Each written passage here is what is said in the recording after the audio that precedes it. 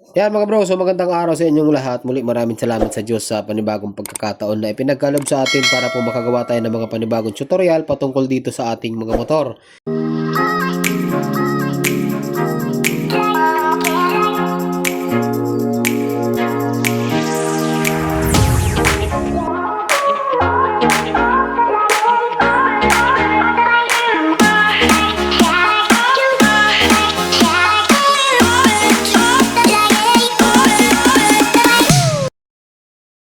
Ito mga bro, dun sa nagtanong sa transmission ng NS160 kung paano daw yung arrangement.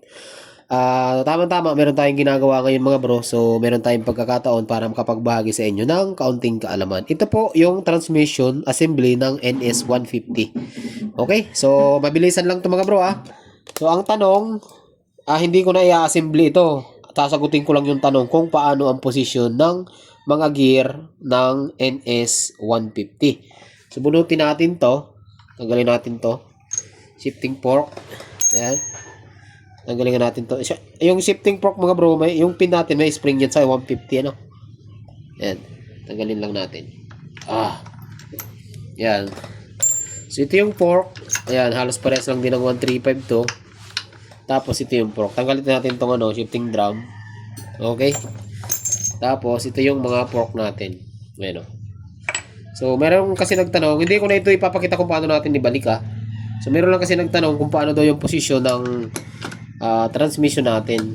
Okay? So, ganito po yan. Tanggalin natin na buo. Hindi ko na mga bro ulitin ano.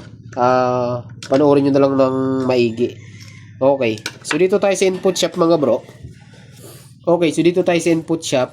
So, ba't sinabing input? Dahil ito po yung kabitan ng clutch. Ito yung tinatawag na main shop or yung input shop. Dito sa input shop, yung pinakamaliit, ito po yung first gear natin. Okay, first, second, third, fourth, at fifth. Yun ang positioning ng gearings natin. Okay? So, ito yung tinatawag na gear dogs, yung salpakan ng ating shifting fork.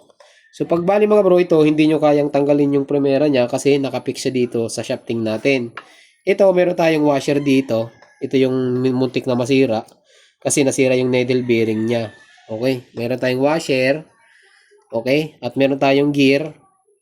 Ito yung second gear natin natatanggal. At meron tayong fifth gear. Okay, at meron tayong washer. Okay, yun lang yung laman nito. Kasi ito hindi nyo na ito matatanggal. Di ba? Hindi na natin ito matatanggal. Maliban na lang kung tanggalan nyo itong lock. Pag tinanggal nyo itong lock, syempre matatanggal nyo to. Yung third gear natin. Okay? So, ibalik na natin. Ayun lang mga bro, yung laman nito ng ating input shop. So, sa pagbabalik, mauuna tong washer. At ito, hindi kayo pwede magkabaliktad. Ito yung mga gear na yan, yung mga parang nakaumbok na yan, yan tumatama dito. Hindi nyo siya pwedeng ikabit na ganito kasi hindi papasok yung fifth gear natin. Okay, baliktad dyan. Dapat, ganito. Ayan. Pagkatapos nito, wala ang washer. Gear na yung kasunod niya. Yung gear, okay lang magkabaliktad to. Okay lang to magkabaliktad. Ayan o. At, sunod natin yung washer. Ito po yun. Ayan. Okay? So, buo na po yung ating transmission. So, dito naman tayo sa may output shop. Ayan. So, sa output shop mga bro, ba't tinabing output shop? Ito po yung nakakabit sa sprocket or yung kabitan ng sprocket. Kaya output or counter shop kung tawagin. So, dito mga bro, okay. Dito meron tayong gear. Ayan. Ito yung ating first gear. At meron tayo ditong bushing. Okay. At meron tayo ditong isa pang gear. Wala itong washer na kasama. Ayan o. Ito po yan. Hindi nyo na ito matatanggal. Dito naman sa kabila, ito natatanggal kung puwipersahin nyo mga bro. Kaso matigas siya. Ayan o. Kaya siyang tanggalin. Okay. Pero ito pag ginaganito nyo, ayan, hindi nyo na matatanggal yan o. Okay. So ayan yung ating counter shop. So dito sa pagbabalik naman nito ng counter shop, mauuna to. Yung makikita nyo dito, mayroon tong tatlong parang nakaumbok na yan sa kabila. Tatlo, mauuna to. Okay? Mauuna ka ganito yung itsura niya mga bro. Yan, hindi siya ganito. Yan, mali po yan kasi hindi papasok to. Yung kumakapit sa giro. Hindi papasok kambya natin. Ito dapat.